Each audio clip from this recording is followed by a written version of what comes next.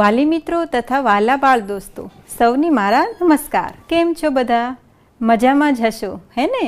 મારે સૌથી પહેલાં હાલમાં ચાલી રહેલી પરિસ્થિતિની થોડી વાત કરવી છે। હા, જાણો છો ને તમે બધા કે અત્યારે જે મહામારી ચાલી રહી છે એ અનુસંધાને આપણે 3 વાત યાદ રાખવાની છે। યાદ છે ને બધાને? સૌથી પહેલી વાત, તમારા હાથને સાબુથી વારંવાર સાફ કરો। બીજી વાત, તમારું માસ્ક છે એ યોગ્ય રીતે પહેરો। બહાર જતી વખતે માસ્ક અચૂક પહેરો।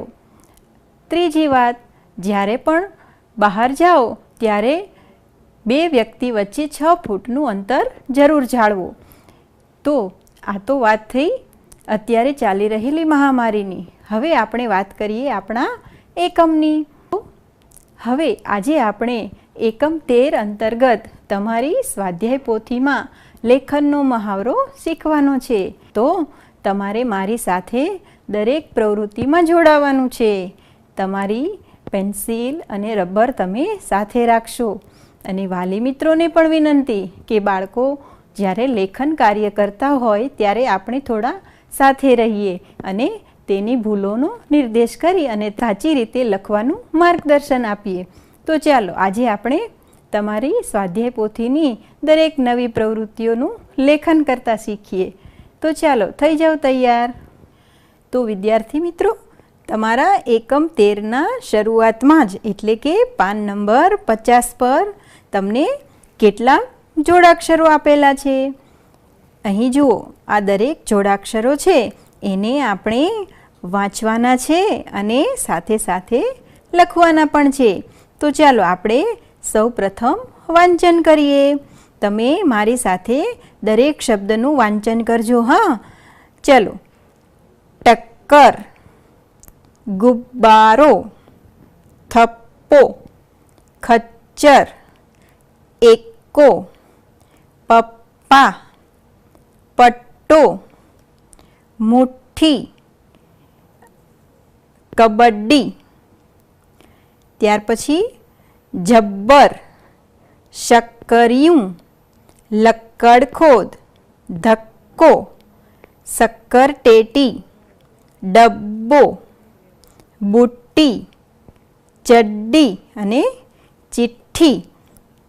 તો આ દરેક જોડાક્ષરો છે એક સાથે બીજો મૂળાક્ષર જોડાય અને જે શબ્દ બને છે એને આપણે જોડાક્ષર કહીએ છીએ, બરાબર ને? તો અહીં ક મૂળાક્ષર સાથે ક મૂળાક્ષર જોડાય અને આ શબ્દ બન્યો છે ટક્કર। તો આ બંને શબ્દ જોડેલા છે માટે આ જોડાક્ષરવાળો શબ્દ ગણાય છે, બરાબર ને? તો અહીં દરેક શબ્દોમાં એક મૂળાક્ષર છે એ જોડાક્ષર છે। તો હવે આપણે આ દરેક જોડાક્ષર છે એને લખવાના કેવી રીતે તે પણ શીખીએ। જો અહીં તમને 2 લાઈન આપેલી છે તો તમારે દરેક શબ્દને 2 વખત લખી અને મહાવરો કરવાનો છે। તો ચાલો આપણે થોડા શબ્દો લખી અને તમને બતાવીએ। પ્રથમ શબ્દ છે ટક્કર, બરાબર? ત્યાર પછીનો શબ્દ છે ગુબ્બારો। તો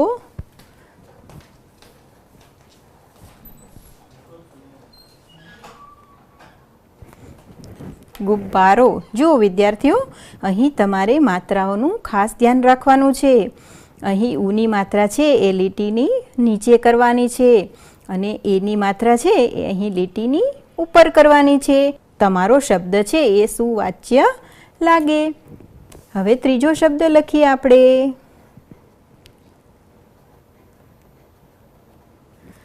થપ્પો, સરસ। તો તમારે આ દરેક શબ્દો છે એ આ રીતે એક વખત, અહીં બીજી વખત, આ રીતે તમારે દરેક શબ્દો લખી અને તમારે જોડાક્ષર લખવાનો મહાવરો કરવાનો છે। તો કરશો ને બધા? સરસ। તો આજે જ તમારી સ્વાધ્યાય પોથીના પાન નંબર 50 પર આ મહાવરો દરેક વિદ્યાર્થીઓ કરે અને સાથે સાથે શબ્દોનું વાંચન પણ કરે। એટલે વાંચન પણ સરસ થઈ જાય અને તમારું લેખન પણ એકદમ દ્રઢ થઈ જાય. જુઓ બાળકો, સ્વાધ્યાય પોથીના પાન નંબર 51 પર અહીં તમને એક પ્રવૃત્તિ આપેલી છે. જુઓ, અહીં મૂળાક્ષરોના ઉપયોગથી બનતા જોડાક્ષરો છે, તેને આપણે વાંચવાના છે. અહીં કેટલાક મૂળાક્ષરો આપેલા છે અને આ મૂળાક્ષરો ભેગા મળી અને એક શબ્દ બનાવે છે.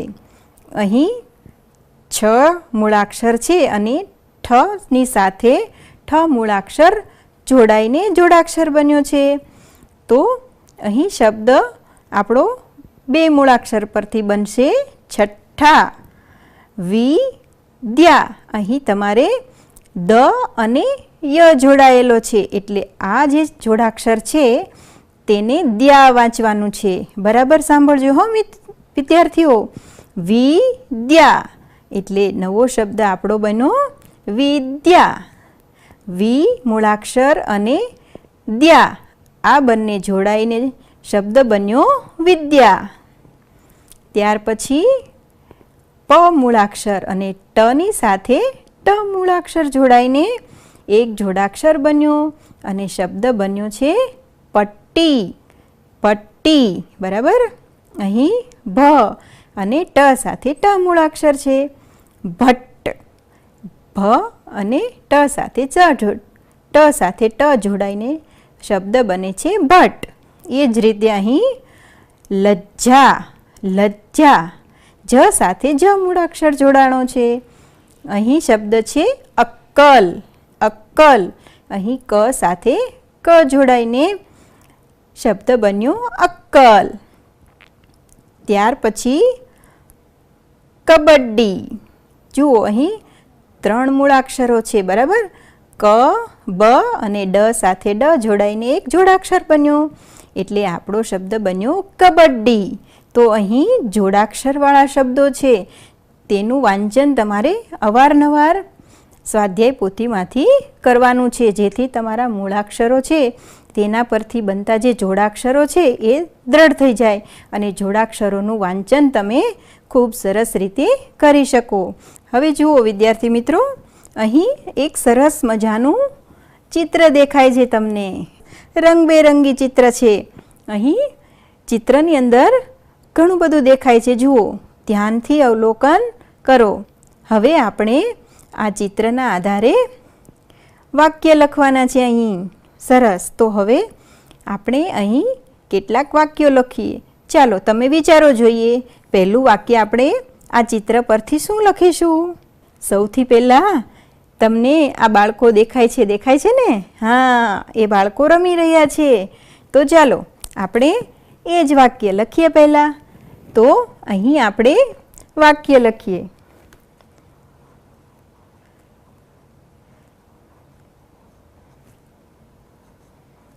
ખેતરમાં બાળકો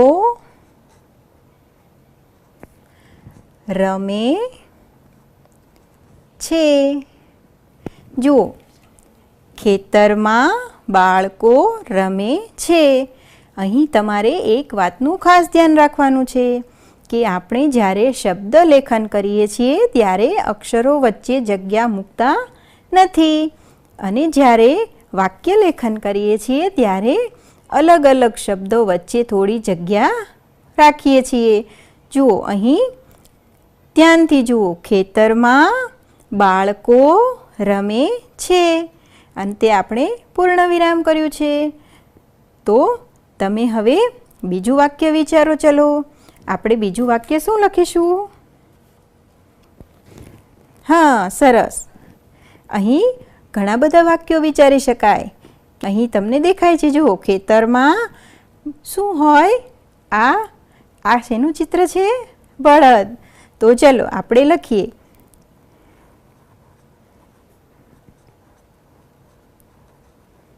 ખેતરમાં બળદ છે. હા, ત્યાર પછી હજી વિચારો. સરસ. બેન ઘાસ લઈને જાય છે. તો ચલો આપણે એ વાક્ય લખીએ. બેન ઘાસ લઈને જાય છે. તો અહીં આપણે નવું વાક્ય લખ્યું, બેન ઘાસ લઈને જાય છે. હવે અહીં જુઓ, આ ખેડૂતના હાથમાં કશું દેખાય છે ને તમને? હા, તો એ પણ એક વાક્ય લખીએ આપણે. ચલો, ખેડૂતના હાથમાં પાવડો છે. તમે કોઈ પણ પ્રકારનું વાક્ય વિચારી શકો. થોડું નાનું વાક્ય વિચારીને લખો, પછી થોડા વધુ શબ્દો આવે એવું પણ વાક્ય વિચારો. બરાબર ને? તો તમે તમારા ચિત્ર પરથી ઘણા બધા વાક્યો લખી શકશો. આ ચિત્ર પરથી તમારે હજુ પણ થોડા વધારે વાક્યો વિચારવાના છે અને લખવાના છે. આજે આપણે જે વાક્યો લખ્યા એ સિવાયના થોડા વાક્ય તમારે વિચારવાના. બરાબર ને? અને પછી એ વાક્યનું તમારે લેખન કરવાનું. લેખન વખતે જે વાત કરી મેં એ તમારે યાદ રાખવાની કે જ્યારે આપણે વાક્ય લખીએ છીએ ત્યારે શબ્દો વચ્ચે થોડી જગ્યા રાખી અને લખવાનું, અને વાક્ય પૂરું થાય ત્યારે આપણે પૂર્ણ વિરામ કરવાનું છે. બરાબર ને? તો લખશો ને બધા હવે? તો ચાલો, તમારી નોટબુકમાં પણ તમે આ ચિત્ર પરથી થોડા નવા વાક્યો વિચારી અને લખો. તો વિદ્યાર્થીઓ, તમે જોડાક્ષરોનું લેખન શીખ્યા. બરાબર ને? તો હવે જોડાક્ષરના લેખનનો અવારનવાર મહાવરો પણ કરજો, જેથી તમે જોડાક્ષરો છે એ ખૂબ સારી રીતે લખી શકો. હવે જોડાક્ષરોમાં આપણે જોડાક્ષરોની પાછળ કોઈ એક મૂળાક્ષર ઉમેરીએ અથવા તો કોઈ એક જોડાક્ષરની આગળ અક્ષરો ઉમેરી અને નવો શબ્દ બનાવીએ. આવી એક સરસ મજાની પ્રવૃત્તિ ચાલો આપણે કરીએ. જુઓ, તમારી સ્ક્રીન પર એક મૂળાક્ષર દેખાય છે. આ કયો મૂળાક્ષર છે? ર. બરાબર. હવે આપણે આ મૂળાક્ષરોની સાથે કેટલાક જોડાક્ષર ઉમેરી અને નવા શબ્દો બનાવતા શીખીએ. ચાલો, તો અહીં એક શબ્દ છે, જુઓ, જબ્બ. હવે તમારે આ મૂળાક્ષરોની સાથે આપણો ર મૂળાક્ષર જોડવાનો છે. બરાબર? તો ચાલો આપણે બીજા એવા થોડા શબ્દો લઈએ. બીજો શબ્દ લઈએ ગબ્બ. ત્રીજો શબ્દ લઈએ પથ્થ. અને ચોથો શબ્દ લઈએ ચક્ક.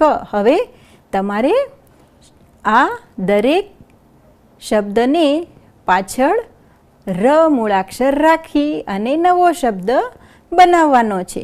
આ જીયાબેન તો પહેલાં ભૂલી ગયા. સરસ. જુઓ, આપણા નવા શબ્દો બન્યા જબ્બર. બીજો શબ્દ બન્યો ગબ્બર.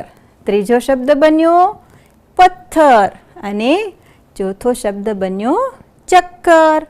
તો આ દરેક શબ્દની સાથે આપણે પાછળ એક મૂળાક્ષર મૂકી દીધો અને આપણી પાસે એક નવો જોડાક્ષર આવ્યો. જુઓ, અહીં એક આ જ રીતની નવી એક પ્રવૃત્તિ જુઓ. આપણે પહેલાં જોયું ને કે જે મૂળાક્ષર સાથે આપણે જોડાક્ષર રાખીને નવા શબ્દો બનાવ્યા, એ જ રીતે અહીં આપણે જોડાક્ષરની સાથે મૂળાક્ષર ઉમેરવાનો છે. બરાબર ને? તો હવે તમે તૈયાર થઈ જાઓ ફટાફટ અને શબ્દો બનાવો. ચાલો, હું તેનું લેખન પણ કરાવું છું તમને. તો પહેલો શબ્દ કયો બનશે? કની સાથે કો જોડીએ છીએ.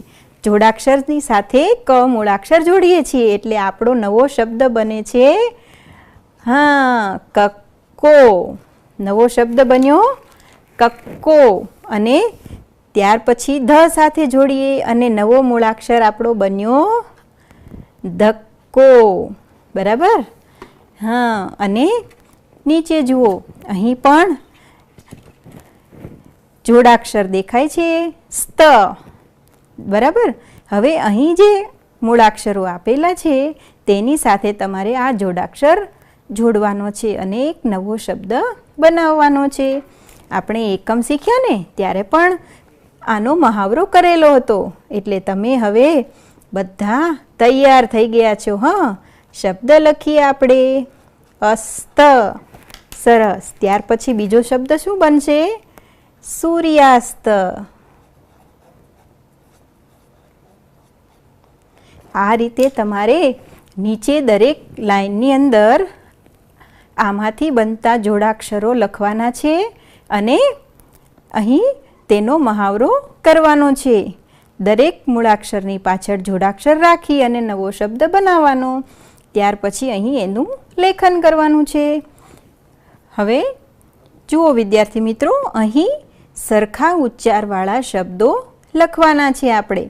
એટલે કે આપણે એવા જોડાક્ષરો લખવાના છે કે જેના ઉચ્ચાર સરખા છે. દાખલા તરીકે ચિઠ્ઠી, મુઠ્ઠી, પટ્ટી. અને હવે નવો શબ્દ બોલો જોઈએ. કોણ બોલશે? વિચારો. હા, તમારે સરખા ઉચ્ચારવાળો શબ્દ શોધીને બોલવાનો છે. હા, અરે વાહ, આ વેદાંશભાઈ તો પહેલાં બોલ્યા. તો આપણે લખીએ શબ્દ બુટ્ટી. બરાબર. હવે આ રીતે તમારે સરખા ઉચ્ચારવાળા શબ્દો શોધવાના છે અને અહીં તમને જે લાઈન આપેલી છે તેમાં તમારે લખવાના છે. અને તમારા સ્વાધ્યાય પોથીના પાન નંબર 52 પર આ દરેક શબ્દો તમારે લખવાના છે. જુઓ વિદ્યાર્થી મિત્રો, તમને સ્ક્રીન ઉપર કંઈક દેખાય છે. શું દેખાય છે? હા, આ તો એક ચિત્ર છે. આને તમે ઓળખો છો ને? ઓળખી ગયા? તો બોલો જોઈએ. આ છે વાઘ. અરે વાહ. હવે જુઓ, આ તમે ઓળખી ગયા ને? હા, શેનું ચિત્ર છે? ઘેટાં. હવે ચિત્ર જુઓ. આ તો તમારા ઘરની આસપાસ તમે જોતા જ હશો. કોણ છે? બિલ્લી. હવે આ ચિત્ર જુઓ. ઓળખી ગયા ને? આ તો શિયાળભાઈ છે. અને આ ચિત્ર જુઓ. અરે, આ તો બંદૂક છે. હા, તો આ દરેક ચિત્ર પરથી તેના શબ્દો તમે ઓળખો છો અને એ શબ્દનું લેખન પણ તમે કરી શકો છો. હવે તમારે આ દરેક ચિત્ર પરથી એક એક વાક્ય વિચારવાનું છે અને એ વાક્ય મને કહેવાનું છે. હા, તો ચાલો આપણે પહેલું વાક્ય વિચારીએ.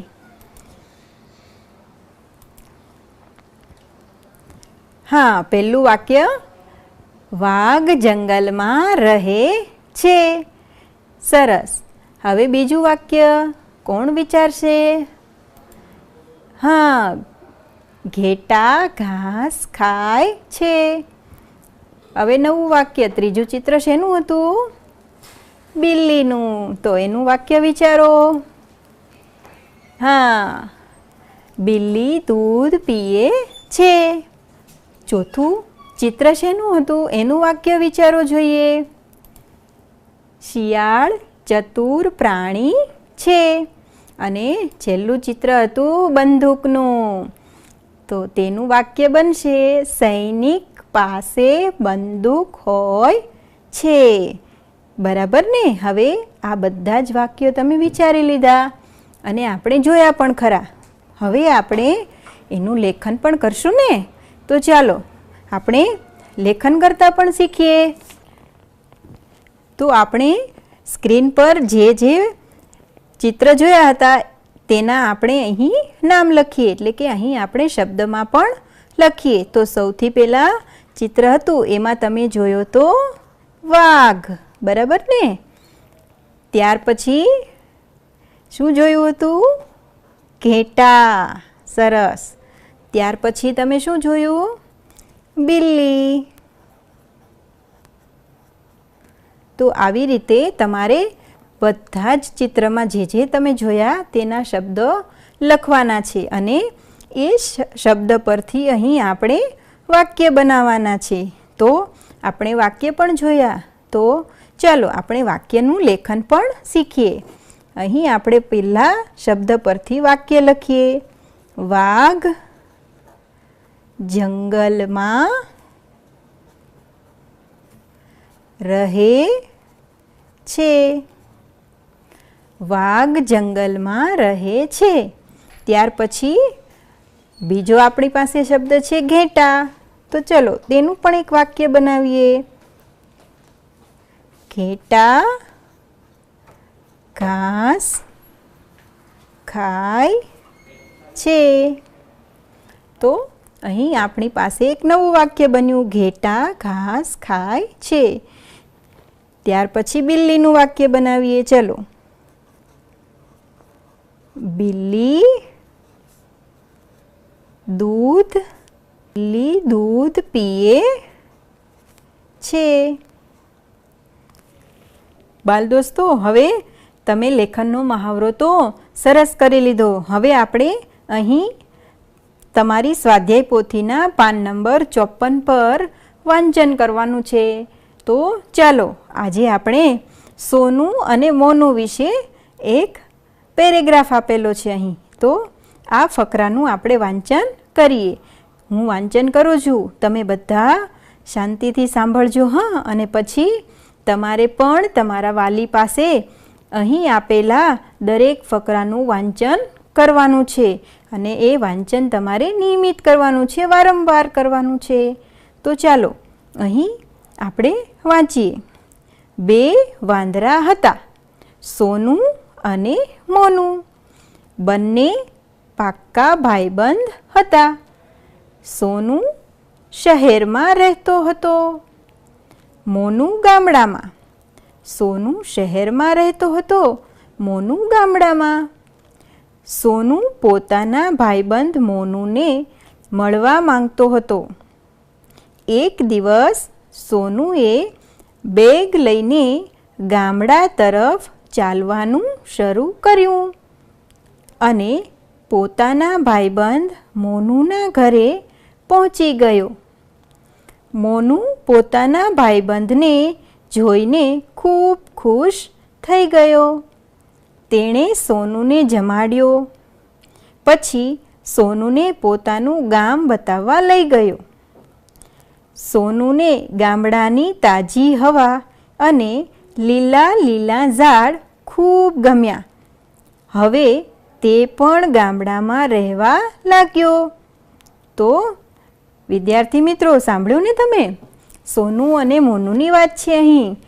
તો આ રીતે તમારે ફકરામાં આપેલા દરેક વાક્યનું વાંચન કરવાનું છે. જુઓ, અહીં તમને ઉંદર અને હાથી વિશે પણ એક વાત આપેલી છે અને એ પેરેગ્રાફ પણ તમારે અહીં વાંચવાનો છે. તો વાંચશો ને બધા? સ્વાધ્યાય પોથીના પાન નંબર 55 પર અહીં ભાગ 2 અંતર્ગત તમને એક નવો પેરેગ્રાફ એટલે કે એક નવી વાત છે, તો એ પણ તમારે વાંચવાની છે. તો બાલમિત્રો, આપણે આજે આ એકમ અંતર્ગત જોડાક્ષરોનું વાંચન અને જોડાક્ષરોનું લેખન, ચિત્ર પરથી જોડાક્ષરવાળા શબ્દોનું વાંચન, લેખન અને ચિત્ર પરથી વાક્ય લેખન. તો આ દરેક મહાવરો આપણે અવનવી પ્રવૃત્તિઓથી કર્યો. તો હવે તમારે તમારી સ્વાધ્યાય પોથીમાં અહીંથી બતાવેલ દરેક પ્રવૃત્તિ પૂર્ણ કરવાની છે અને સરસ મજાનું સારા અને સુંદર અક્ષરે લેખન કરશો. બરાબર ને? તો ચાલો ફરી મળીશું.